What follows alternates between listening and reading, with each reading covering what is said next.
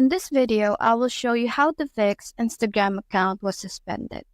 Now, let's say your account was suspended and you can access your account because it has been disabled by Instagram.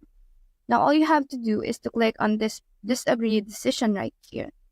Depending on how you log into your account, you will be able to receive an email or probably a text message from your mobile number as to the direction on how you can recover your account that was suspended by Instagram.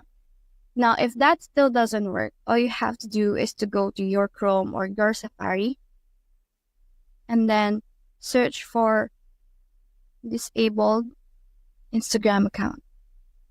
Now you just have to click on that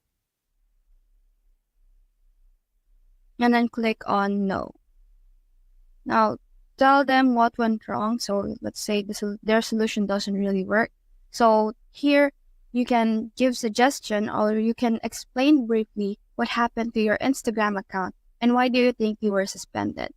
If there is an issue of Instagram that is unfair to you, you can state that the reason why you think you should be able to get your Instagram account back. So after asking for help, all you have to do is to hit submit and that's it. That's the whole process. If you have found this video helpful, please leave a like below and subscribe because it helps reach more people. See you soon.